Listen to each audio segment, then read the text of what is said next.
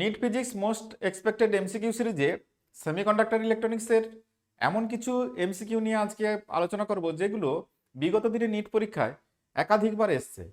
আর সেগুলো যদি আমি অ্যানালিসিস করে নিই এখন যে কি ধরনের প্রশ্ন পরীক্ষাতে পড়ে, তাহলে সামনের বছর নিশ্চয়ই কমন প্রশ্ন পেতে খুব একটা অসুবিধা হবে না। তাহলে এখানে আমরা প্রিভিয়াস ইয়ার কোশ্চেনের সলিউশনগুলো দেখতে পাবো। এখানে কিছু শর্ট ট্রিক্স যেখানে যেমন প্রয়োজন সেখানে আমি লাগাবো, অবশ্যই সেগুলো ভালো করে দেখবে। আর যেখানে কমন মিস্টেক হয়, ছাত্ররা বেশিরভাগ সহজ হলেও ভুল করে দেয় অনেক সময়, সেগুলো তোমরা এখানে আলোচনাতে দেখতে পাবে। তাহলে সেগুলো যাতে না হয়, তোমাদের পরীক্ষা যাতে ভালো হয় এবং এখান থেকে এক দুটি কোশ্চেন যাতে সহজেই সমাধান করতে পারো, সেগুলো এখানে বুঝতে পারবে কি করে করা যায়। এখন দেখো, নিচের বর্তনীটি কোন লজিক গেটকে নির্দেশ করে। এখানে বর্তনী একটা দেওয়া রয়েছে, এখানে বলা হয়েছে নিচের বর্তনীটি কোন লজিক গেটকে নির্দেশ করে। এখানে লজিক গেট দেখতে পাচ্ছ, এখানে দুটো ইনপুট একটা আউটপুট আছে। যে কোনো একটা ডায়োড অন হলেই আউটপুট কিন্তু হাই হয়ে যাবে, আর যদি কোনো ডায়োডই অন না হয় তাহলে আউটপুট লো থাকবে। আর দুটো ডায়োড যদি প্যারালাল রয়েছে আউটপুট হাই হবে, তো দুটোই যদি হাই হয়ে যায় আউটপুটও তাও হাই হবে। তো এটাই আমরা দেখতে পাচ্ছি।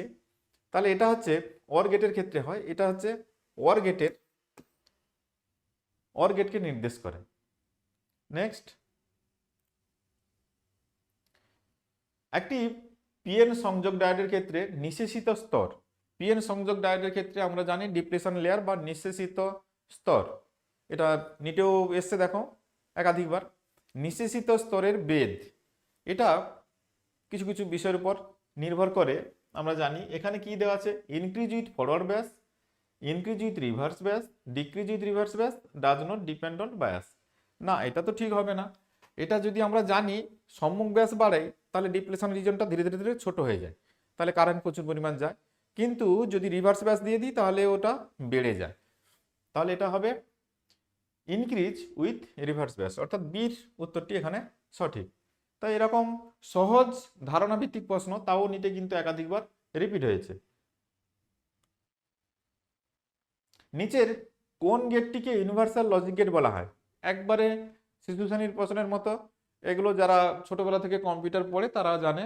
ন্যান্ড গেট, ন্যান্ড এবং নট, তো এখানে যে অপশনটি দেওয়া রয়েছে ন্যান্ড, তার মধ্যে নিতে হবে, অর্থাৎ বির উত্তরটি সঠিক। নেক্সট, একটি সাধারণ নিঃসারক বা যেটাকে আমরা ইংরেজিতে কমন এমিটার বলে থাকি, কমন এমিটার সংযোগ, যেটা বাংলাটা এরকম। অ্যাম্পলিফায়ারকে কালেক্টর রোধ হচ্ছে 2 কিলো ওহম, এর দুই প্রান্তে ভোল্টেজ 2 ভোল্ট, প্রবাহ বিবর্ধন গুণক 100 এবং বেস রোধ 1 কিলো ওহম হলে ইনপুট ভোল্টেজ কত। ইনপুট ভোল্টেজ কত, এখানে কিন্তু একাধিক ফর্মুলার ব্যবহার রয়েছে। ইলেকট্রনিক্সে বেশি ফর্মুলা নেই, কয়েকটি ফর্মুলা আছে, তো এখানে কিন্তু ফর্মুলা ব্যবহার করে এটা করতে হবে। তাহলে এখানে দেখো কি দেওয়া রয়েছে, প্রবাহ বিবর্ধন গুণাঙ্ক। প্রবাহ বিবর্ধন গুণাঙ্ককে আমরা সচরাচর বিটা দিয়ে লিখে থাকি। প্রবাহ বিবর্ধন গুণাঙ্ক এটা হচ্ছে 100, এবং এখানে আউটপুট রেজিস্ট্যান্স বা কালেক্টর রেজিস্ট্যান্স হচ্ছে 2 কিলো ওহমস, আর ইনপুট রেজিস্ট্যান্স বা বেস রেজিস্ট্যান্স হচ্ছে 1 কিলো ওহম। আর এখানে ভোল্টেজটা আমরা কি দেখছি, আর কিটা বের করতে হবে, ইনপুট ভোল্টেজ বের করতে হবে, আউটপুট ভোল্টেজ আমরা 2 ভোল্ট দেখতে পাচ্ছি। এই হচ্ছে ডেটা। তো এখান থেকে আমরা যদি প্রথমে ভোল্টেজ গেনটা বের করে নিই, ফর্মুলা কি, ভোল্টেজ গেন সমান এখানে হচ্ছে current gain into RC by RB. তাহলে এখানে ভোল্টেজ গেন এভি সমান বিটার ভ্যালু কত আছে 100, এটা আরসি কত 2, এটা কত 1, তাহলে এটা হবে 200। এইটা এভি 200, তাহলে এভি সমান আবার হয় ভোল্টেজ গেন সমান output voltage by input voltage. এটা ট্রানজিস্টরের থিওরিতে রয়েছে, তোমরা চাইলে আমার বেসিক লেভেলের যে ভিডিওগুলো সেগুলো দেখে নেবে, এইগুলো সব দেখতে পাবে ওখানে। আচ্ছা, এটা তাহলে এভি ইকুয়াল টু এটা, তাহলে আমাকে বের করতে হবে ইনপুট ভোল্টেজ। তাহলে ভি ইন ভি ইন সমান V out by AV. V আউটের ভ্যালু হচ্ছে 2 ভোল্ট, তাহলে 2 বাই এভি, এভি মানে 200, তাহলে ইনপুট ভোল্টেজ কত হবে? এটা হবে 2 কেটে যাবে, তাহলে 0.01 ভোল্ট এইটা।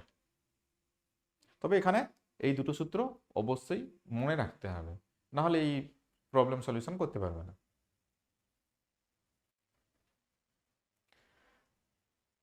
এখানে দেওয়া, দেখো কি দেওয়া আছে, 500 কেলভিন উষ্ণতায় বিশুদ্ধ সিলিকনের ইলেকট্রন ও হোলের ঘনত্ব সমান দেওয়া আছে। বিশুদ্ধ সিলিকন এর ইলেকট্রন হোলের ঘনত্ব সমান, তো পিওর সেমিকন্ডাক্টর ইলেকট্রনের কনসেন্ট্রেশন আর হোলের কনসেন্ট্রেশন সমান থাকে, এটা সাধারণ ধারণা।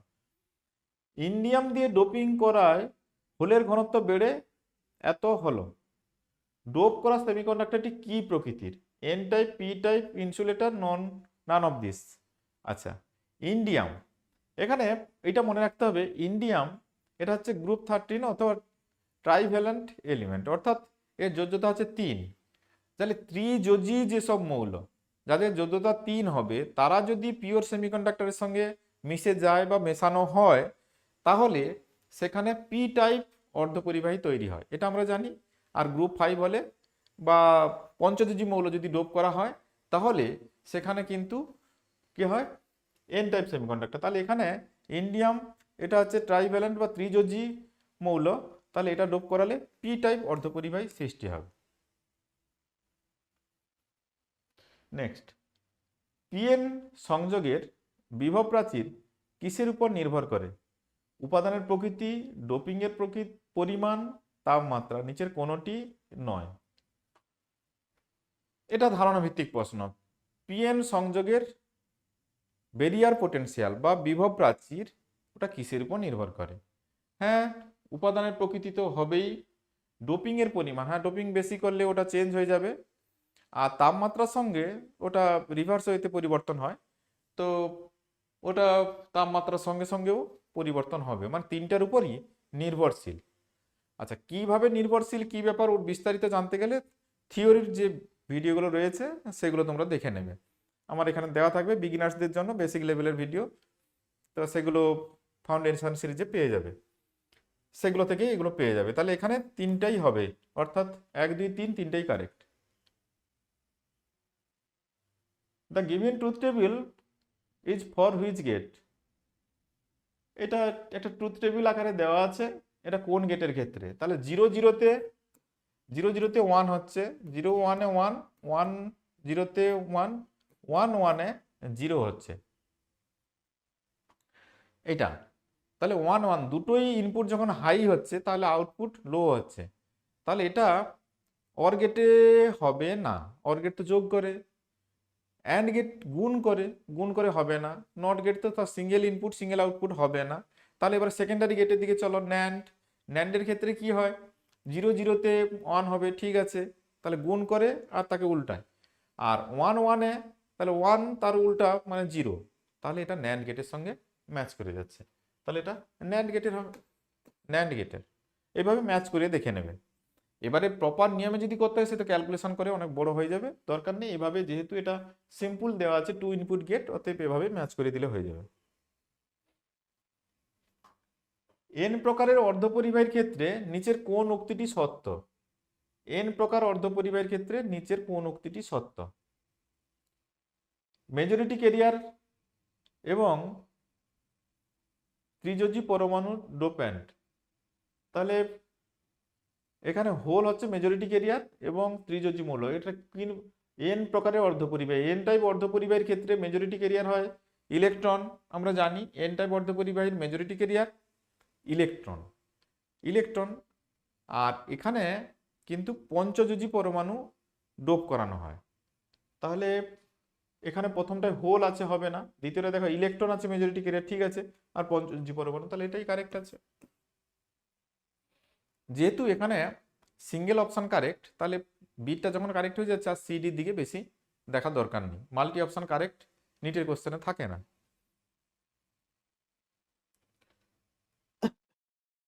একটি ট্রানজিস্টরের ক্ষেত্রে আলফা এবং বিটা এর সঠিক সম্পর্কটি হলো, হ্যাঁ, এটার প্রমাণ রয়েছে এখানে। তোমরা প্রমাণ দিয়েই এটাকে মনে রাখবে, এইগুলো বেশি কিছু জটিলতার নেই, এগুলো প্রমাণ রয়েছে।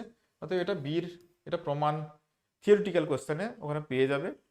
থিওরিটিক্যাল কোশ্চেন বা যেটা আমার ফাউন্ডেশন সিরিজে যেখানে আমি ওগুলো ব্যাখ্যা করে রেখেছি সেখানে খুঁজলে ওই প্রমাণটা পেয়ে যাবে। তাহলে এখানে beta equal to alpha by 1 minus alpha, এটাই হবে। Next, Zener diode. Zener diode, একটি জেনার ডায়োডের Zener voltage 5.1 volt. Zener voltage বলতে এখানে জেনার ব্রেকডাউন ভোল্টেজের কথা বলা হয়েছে। এটি ভোল্টেজ রেগুলেটর হিসাবে ব্যবহার করা হয়। কারণ কি, এখানে কি অপশন দেওয়া আছে দেখি। সম্মুখ ব্যাসে এর উচ্চ রোধ, না না, এটা তো বিপরীত ব্যাসে কাজ করে। ব্রেকডাউন রিজিয়ন মানে সে তো বিপরীত ব্যাসে একটা সার্টেন ভোল্টেজের উপরে গেলে ওই ভোল্টেজটা কনস্ট্যান্ট হয়। কারেন্ট আমি যাই আউটপুটে নিই না কেন সেখানে কিন্তু ভোল্টেজটা ফিক্সড থাকে। তাহলে এটি বিপরীত ব্রেকডাউন অঞ্চলে স্থির ভোল্টেজ বজায় রাখে, এটাই কারেক্ট আছে। আর এটি একটি আদর্শ সুইচের মতো কাজ না, এটি শুধু সম্মুখ ব্যাসে কাজ করে তাও না, এটাই বির উত্তরটি এখানে সঠিক হবে। তো এর সম্পর্কে বিস্তারিত জানতে গেলে তাহলে ওগুলো কনসেপচুয়াল যে ভিডিওগুলো রয়েছে বিগিনার্সদের জন্য ফাউন্ডেশন সিরিজে, সেখান থেকে দেখে নিতে হবে। তাহলে ইলেকট্রনিক্স থেকে যে কোশ্চেনগুলো এমসিকিউ আকারে থাকে এগুলো বেশ সহজ সরল, ধারণা ভিত্তিক বেশি, দু একটা থাকে যেগুলো ওই ফর্মুলা লাগিয়ে হয়, আর বাকিগুলো সব ধারণা ভিত্তিক। তোমরা যদি এই কয়েকটা জায়গায় ধারণা পরিষ্কার করে নিতে পারো, এগুলো থেকেই কমন কোশ্চেন সহজেই পরীক্ষায় পেয়ে যাবে এবং সহজেই এগুলো 5-10 সেকেন্ডের মধ্যে উত্তর রেডি করতে কোনো অসুবিধা হবে না। তাহলে পরের ক্লাসে এরকমই এক গুরুত্বপূর্ণ কোনো চ্যাপ্টার নিয়ে আবার কথা বলবো এবং সেখান থেকে বিগত দিনে কি ধরনের এমসিকিউ বারবার পড়েছে সেগুলো নিয়ে অ্যানালিসিস করব এবং শর্ট ট্রিক্স এইরকমভাবেই কমন মিস্টেক এগুলো নিয়ে কথা বলবো। এরকম গুরুত্বপূর্ণ আলোচনা পাওয়ার জন্য অবশ্যই চ্যানেলটিকে সাবস্ক্রাইব করে চ্যানেলের সঙ্গে যুক্ত থাকবে। Thank you.